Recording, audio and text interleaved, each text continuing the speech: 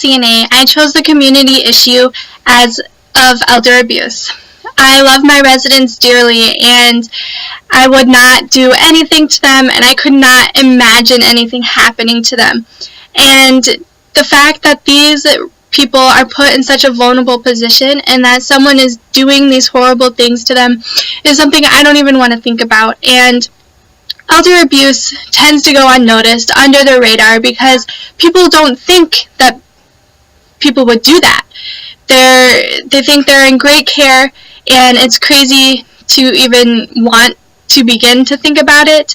And that's why I told the college students and hopefully younger generations, because they are the next generations, and they are possibly the people who are going to make a change in elderly lives, especially with elder abuse, and that's something I hope to see.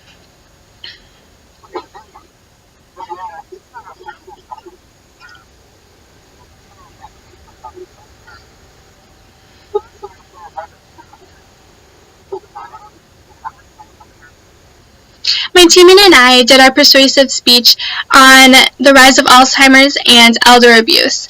This is something these topics are both near and dear to us, and provided a great base for us to write a speech on. And our call to action for the group of college students was to go out and spend time with the elderly. They enjoy the company, and they feel wanted when someone tells them they have a visitor. And an elderly person who has experienced abuse may feel unwanted, and to have someone there almost as a constant is something they look forward to, and it's sweet to see them smile when you walk in the room. And so we wanted them to go out and spend time with the elderly, because we know money is short and donations were probably not going to be possible. So we figured this was something that could be possible, and we hope they all do it.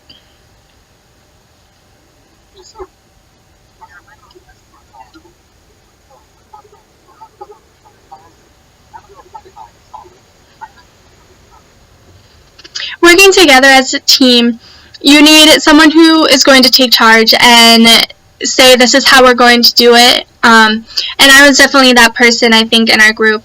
And this provided a great strength, because we kind of both sat around thinking, how are we going to put our pieces together, and which order do we want them in? And I decided on the order. I decided how we were going to transition, like what chunk she was going to say and what chunk I was going to say, and that definitely worked, and that is definitely a strength I can take away from this group, and hopefully she can gain that as a strength as well, just to take that step forward and say, hey, this is how we're going to do it, and this is the way it's going to be. Now let's do this, and let's do it accurately and get the grade we both want. So that's definitely a strength that I think we can both have.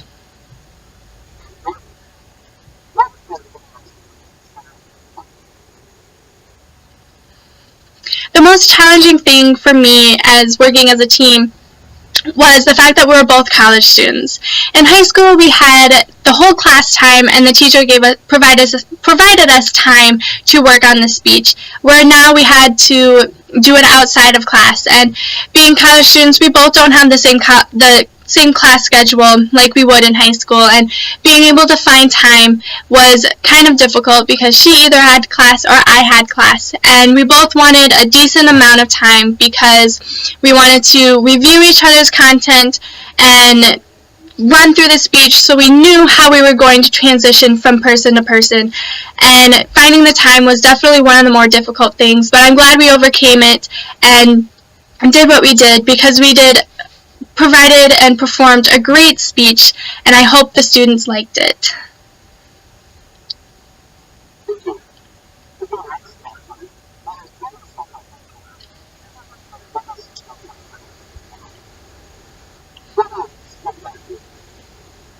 The thing I will take away from Comm 110 is being able to judge your audience.